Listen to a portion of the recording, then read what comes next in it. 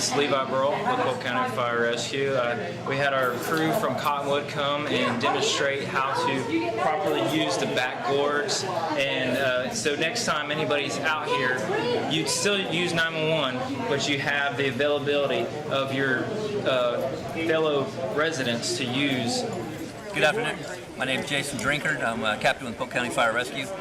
Today we are covering spinal injuries in the pool or medical issues on how to get them in and out of the pool using a longboard. Today's training is mainly about getting the patient out of the water. If you can get the patient up and out of the water, that's half of our problem. Then all we have to do is come in, pick them up, transport them. It speeds the process up for them and us. So that's what today's goal is all about. Good morning. Captain Drinkard, Jason, Mike Kaiser, Nolan Sharif, and Vincent Ramos. We're just going to kind of think with you guys real quick. I'm going to cover if you have somebody who dives in and you suspect a spinal injury, the big thing is to keep their head and neck, and at least their body in line as much as possible. Kind of cover how to do that while they're in the water. And then we'll get them on the backboard and show you how to drag them out. After that, we'll just do somebody who just kind of goes unconscious or there's no spinal injury. There's another way of getting them out. There's two ways of getting people out. And then you're going to come in the front and just try to keep their head above water and stabilize. Now, if I have to move her, I'm going to go nice, slow. We're just going to move wherever I have to get. The best thing I'm going to try to do is get to the steps here. And the reason I want to get to the steps is for people, extra people, I'm going to start hollering for help. And then somebody's going to grab the board, and then we'll get up and out of the water using the steps. It's a lot easier. Oh, yeah, question. But you can squeeze here as well. This is one way. Another way is, okay, I'm ready. The other way you can do this is you can grab your hands if they don't have any shoulder injuries, and you can actually squeeze their head using their arms and keep them in line. The problem with that is you don't know if they have shoulder injuries, so we recommend just coming in the front here and actually squeezing. And I'm not trying to crush her, but I'm holding her as tight as I can. Where are you squeezing her? The backhand? Yes, ma'am. I'm holding the back of her head. Right, both forearms are together. And my forearms are running across her spine and across her chest. The hand placement is right here at the base of the skull, the top of the neck. Okay. Be right here, what you're holding. Another way is the CPR board. It is smaller than that one. If they're out in the middle, you can take this board out with you. You can bring this board in underneath them. Their head will lay right into it, and that will help stabilize their spine. So you can walk them to the stairs or to the shallow end. So don't forget about that little board. It's easier to get in by one person to get over here to use help. That little board's in our kit. Yes, sir. Yeah, it's hanging right there where the boards are. And don't get too lost in the spinal injury. You still got to focus on the airway. I mean, it's still The big thing is keeping their airway open. Keeping water out of their airway, keeping them breathing. So once we have that, then this is where all the strapping and all that rigging is going to come in. Once we've kind of got her close, we've got some extra help come in. This is where the big board comes in, and we're going to start actually strapping her down. All right. Sorry, Nolan, if you want to jump in, you can. All right. So I'm getting her to the steps. I'm going to turn that around. And then they're just going to slide this down underneath her. There we go. Beautiful. Now, I try to keep this end down. You don't want to push up too much. at this point, one of them is going to grab the straps. I'm still trying to hold her. And what I'm going to do is I'm going to switch over here. And we're just going to kind of help hold her head still until we can get her strapped down.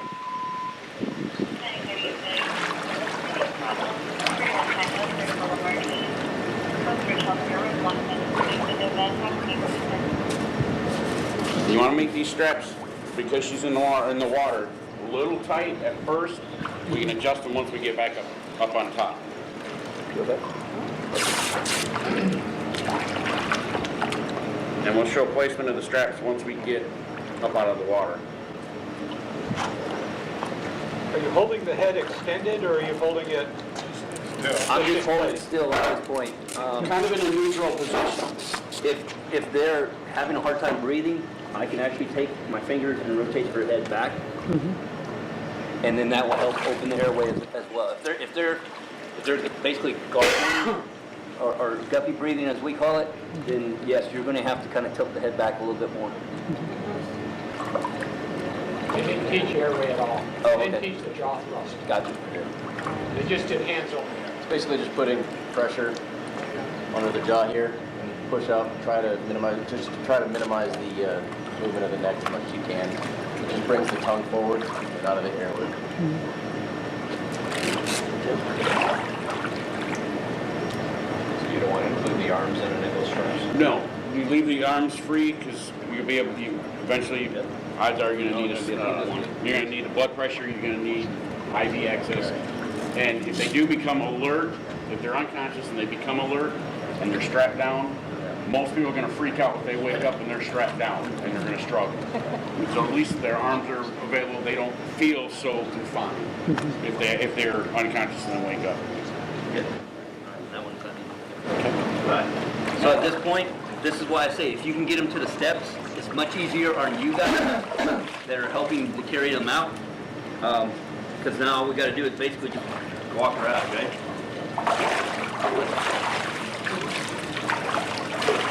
Now, if they're kind of a little combative, then you can probably put the hands in here if you want. And that's just to kind of help secure the hands. But like Mike was saying, and Nolan was saying, we want access to that so we can give IVs, blood pressure, and that kind of stuff. But if they are fighting you a little bit, then go ahead and strap their hands. We get here, we can, at least we have more hands, we can kind of help hold them and get our blood pressure. Sir? What if we needed to try to clear the airway now? Actually, just roll. Okay, with that, right on the board, Yep. just like that. Yep. We're going to move. You're not going to fall. Whatever you want. Right? Go ahead. And then, yep. Okay, One thing. okay. Your small thing. And if they do start vomiting, this is the position that you put them in so they won't aspirate any of the vomit. Okay. All right, so this is worst case scenario. And you notice we only used one head strap. You could use the second one to come up underneath the chin. But again, a lot of people are going to panic when you feel that underneath them when they start coming through. Plus, we can slide her up. You can use two. There's no right or wrong when it comes to this. You guys have got this. We show up and we see this. That's great. We're going to pick up our stretcher. It's vitals and we'll roll. Most times, the reason why they put this hole here in the foam is that's where their ears go. Normally, you slide them up to where their ears are. It does two things. It stabilizes the head better, but it also allows them to hear you. Even if they're unconscious, you talk to them because they can still hear you. Okay? So that's why they put them holes in there. Do you want to demonstrate the jaw thrust real quick? Okay. What he means by the jaw thrust is if there is a suspected neck injury, you put your thumbs on the cheekbones and just push right here with the jaw on the jaw and lift up with the jaw. It should lift up. There you go. That just brings the tongue from the back of the airway. So All it does is it pushes your jaw. You can do it on yourself. Put your thumbs here, and when you push forward, you can feel it move your lower jaw right on the back, right by the ears. Put your thumbs, put your fingers in your own cheekbone, push forward. It hurts a little, but you can feel your lower jaw move forward if you relax and do it. And the last one we'll cover is the most common injury. Basically, you can use the backboard. Basically, at the left. When I'm placing the patient up against it, I'm going to go down against them. So I'm going to lean it back. Especially if you got some larger folks and you got like maybe your size, you're not going to be able to lift somebody very heavy. This works great. It's a lever. It's a class 2 lever. And we'll show that real quick. You Okay. come up underneath the armpit and grab the hole up above it. This way she won't fall down or fall face first into the opposite way of the board. Yep.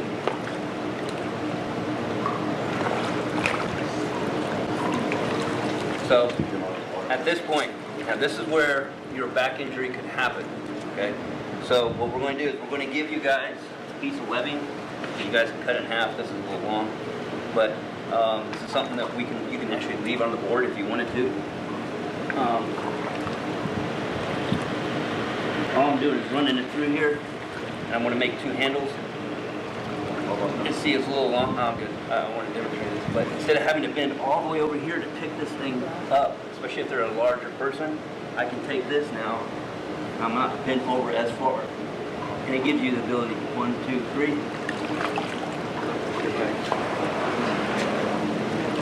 And now we've gotten that person out. EMS arrives, we can come through the gate. We don't need to strap her down or anything. We're just getting them out of the pool. That's all we're doing here. No C-spine. It's just a medical issue. Those are the different techniques, guys. Hi, I'm Diane Mancy. What we're doing this morning is recognizing how to get somebody out of the pool that has had an emergency or has dove in and injured themselves. I think it's very important that you view these videos and know what to do. We also have an AED defibrillator on the wall behind us if the heart has stopped. So really recommend that you watch the videos that have been shot this morning so that you'll know what to do if one of your friends and neighbors is in trouble. Thank you. My name is Al Campbell, and I was at the training session for rescuing a person who has a drowning or near drowning. It was a great session. I like the part where we put them on the board and rapidly expedite them over to the shallow end and lift them out of the pool so we can start CPR and control the airway. Great course.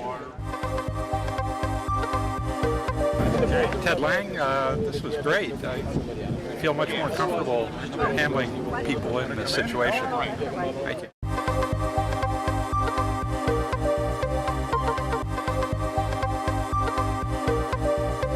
Michael Kaiser, driver engineer with Polk County Fire Rescue. We're here to help the citizens learn a little bit about board safety in the water and getting somebody out if they have an incident or a medical or a diving accident or any issue in the pools.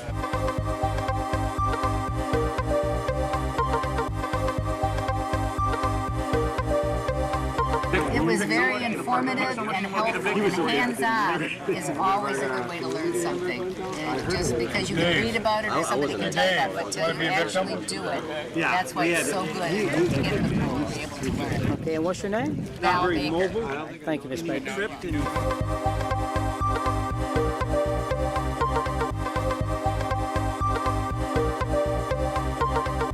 Hi, I'm Kay Bear. I'm here for the water training, and I'm finding it very helpful so that if I'm possibly at the pool and there's need of help, I can assist in some way.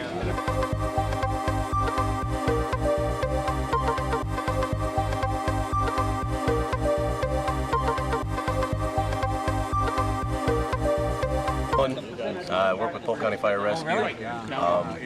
Most of the time, the boards are going to be used for spinal issues.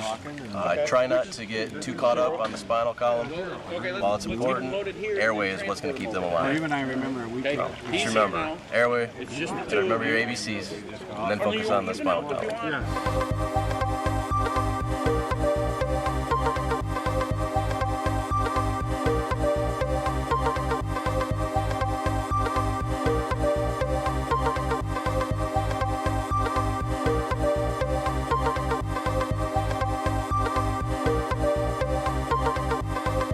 Hello, I'm Vincent Ramos with Polk County Fire Rescue. Just here today showing everyone here some basic water rescue techniques to get an individual out of a pool in the event of a medical or trauma emergency of any kind. Everyone here seems to have done very well. I feel like we got the information across very well also, and it's a good exposure for everyone to learn, among many other things. I think it's definitely good practice. A lot of dangers can occur in the pool, so definitely happy to be here.